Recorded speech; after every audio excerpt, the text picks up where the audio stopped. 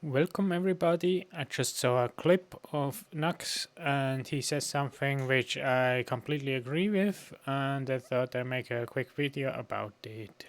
But this pro-war stance is definitely something I didn't vote for. But I can still support someone almost expecting.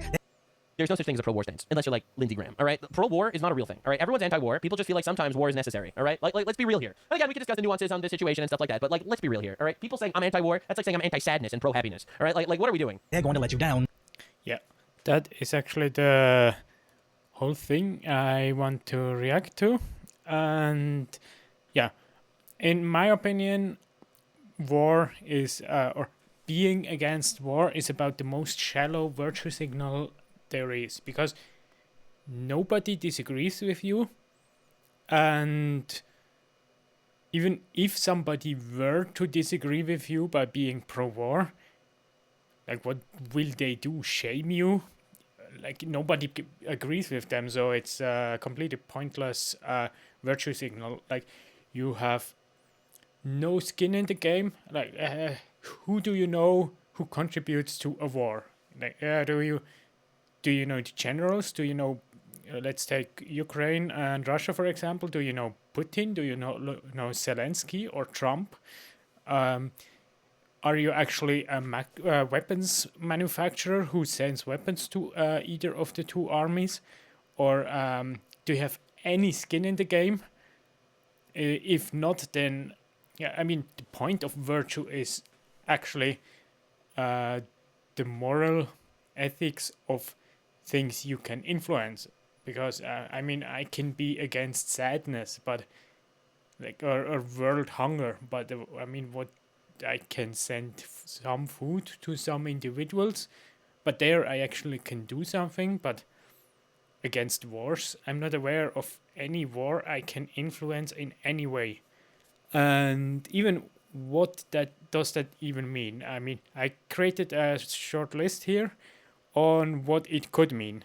So for example, I can be against war, and then I can say, okay, I want to be the war to be over as quickly as possible, so I support the stronger side so that they can end the war quickly, and that way the war is not dragged out, and therefore the death toll is smaller. Or I could say I want to support the weaker side if I'm pro-war, against war, because then the the stronger countries won't attack weaker ones, because all the weaker ones will gather together, and therefore there is lower incentives. But this specific current war drags out. Or I could say I'm against war, and therefore, as a third party, I will not participate in any way. So I can just let them, the two, hash it out together, and I will not neither support anyone nor boycott anyone or whatever. I can just not participate in it. Or I could also say I'm against war, therefore I just take a big stick and beat both parties over their head and try to force them into stopping. But then I just created a third front, or another front on both sides, and I need to be strong enough to actually implement it. Or I could say I'm against war, therefore I politically and economically put pressure on them, and I send diplomats to them so that they can talk it out.